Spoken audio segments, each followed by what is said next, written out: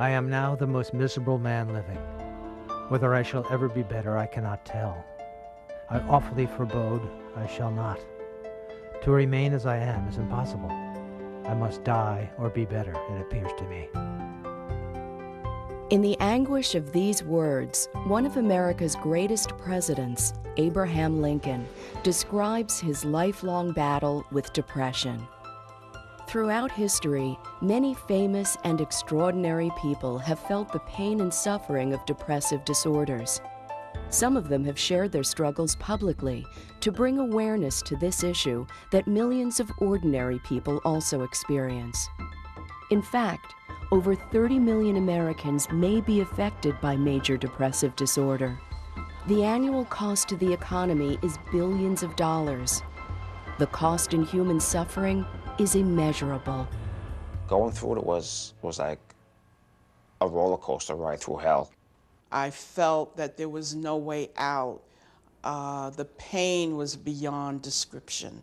The doctor said to me, "Michelle, I think you need a psychiatrist. This is getting worse." And I remember reacting, "I don't need a psychiatrist. I'm not crazy." Community life, family, friends, and workplaces all feel the impact of this debilitating illness. I went to work depressed and was able to get through the day, but when I came home, I got on the couch, curled up in a fetal position with a blanket, and I slept. I felt the burden of the responsibility of our children. I was the primary caregiver because John just couldn't function. I was also confused as to what I should do as a person, as a relative of a depressed person. Like, what was the best thing to do? And depression doesn't discriminate. They come from different socioeconomic backgrounds, different religious affiliations, different educational backgrounds. Depression is so ubiquitous that it really can be anyone. It could be myself, it could be you, it could be the neighbor next door. Depression is often misunderstood and consequently misdiagnosed. Fortunately, in recent years, a clearer picture of the emotional and the physical symptoms of depression has emerged. Depression is a painful illness, and the pain is real. The good news is there is hope for all those who suffer and for the loved ones who accompany them on their journey through the darkness.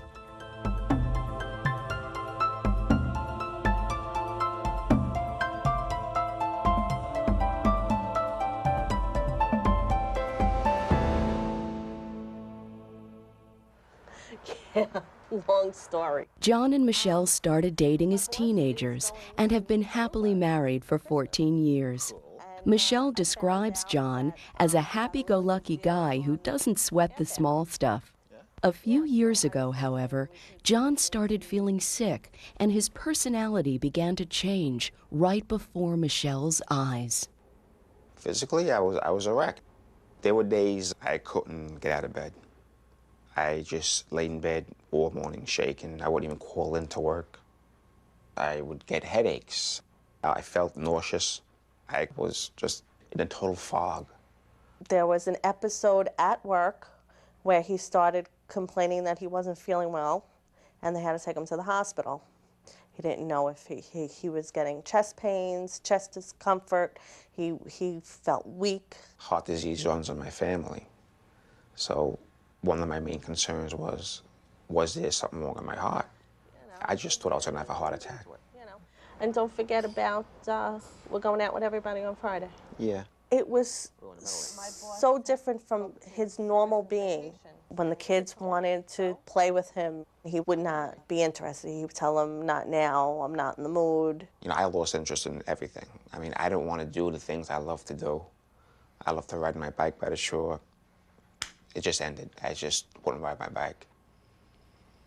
My fish tanks turned green. I'd go weeks without even touching them.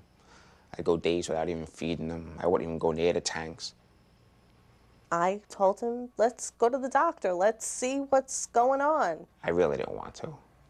You know, being a headstrong, macho kind of a thing. I did. Okay, can you open your mouth for me? Like many people, John reported only his physical symptoms when he saw his family doctor for a series of appointments. In fact, a World Health Organization study found that 69% of patients with depression reported physical symptoms as the sole reason for their visit to their primary care doctor. He gave me all the tests that a doctor could give you. Stress tests, Holter monitors, all kinds of blood workup. Everything came back normal. Everything is normal. Even stress tests? Stress test is perfectly fine. Really? Once we've done the appropriate workup and diagnostic testing to rule out any other illnesses, I usually then ask some other questions which might be helpful. John's doctor went through a series of questions with him that are known as a depression screener. This tool helps physicians evaluate whether or not a person might be experiencing depression. Have you noticed that you've been feeling like you are blue enough where you're crying or want to cry for no good reason? Honestly, yeah. Okay. A lot of mental health care is being delivered in the primary care setting. So it's very important for patients when they seek care in primary care, particularly if they're feeling depressed or they think they might be feeling depressed, to bring it up to their primary care doctor. Often the primary care doctor has questions or questionnaires even that they can give to the patient that can help them spell out the symptoms further. The other thing I'd like to do is to refer you for some counseling, which I think would be beneficial for you. Okay. When you're stressed the way you've been with work and other things, sometimes it's a good idea to talk it out. Also, there are therapists that can teach you relaxation techniques and things of that nature that just help you deal with the everyday stresses that you're going to feel at work and at home. It's encouraging that family doctors are becoming more involved in the treatment of depression. At one time, depression was treated essentially by psychiatrists, of which there are far too few.